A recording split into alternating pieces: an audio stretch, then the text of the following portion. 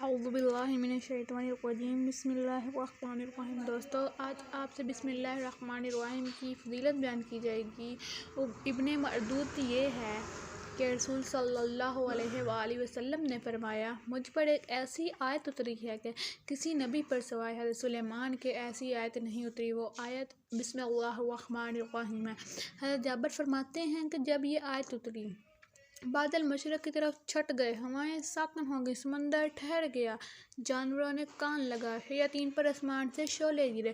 پروردگار نے اپنے عزت و جلال کی قسم کھا کر فرمایا، جس چیز پر میرا یہ نام لیا جائے گا اس میں ضرور برکت ہوگی۔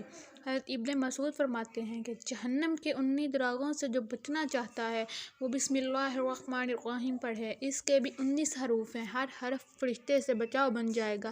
اسے ابن عطیہ نے بیان کیا۔ اس کی تائید ایک حدیث سے بھی ہوتی ہے جس میں نے 30 سے اوپر فرشتوں کو دیکھا کہ وہ جلدی کر رہے تھے۔ یہ حضور اکرم صلی اللہ علیہ وآلہ وسلم نے اس وقت فرمایا جب ایک شخص نے ربنا ولک الحمد حمدا کثیرا طیبا مبارکا فیہ پڑھا۔ اس میں بھی 30 سے اوپر حروف ہیں، اتنے ہی فرشتے اترے۔ اسی طرح بسم اللہ الرحمن الرحیم میں بھی 19 حروف ہیں اور وہاں فرشتوں کی تعداد بھی 19 ہے۔ مسند احمد میں ہے، ان حضرت صلی اللہ علیہ وآلہ وسلم کی سواری پر آپ کے پیچھے جو صحابی تھے، ان کا بیان یہ ہے کہ حضور اکرم صلی اللہ علیہ وآلہ وسلم کی اونی ذرا سی پھسلی تو میں نے کہا کہ شیطان کا ستیہ ناس ہو۔ آپ نے فرمایا، یہ نہ کہو، اس سے شیطان پھولتا ہے اور خیال کرتا ہے کہ گویا اس نے اپنی قوت سے گرایا۔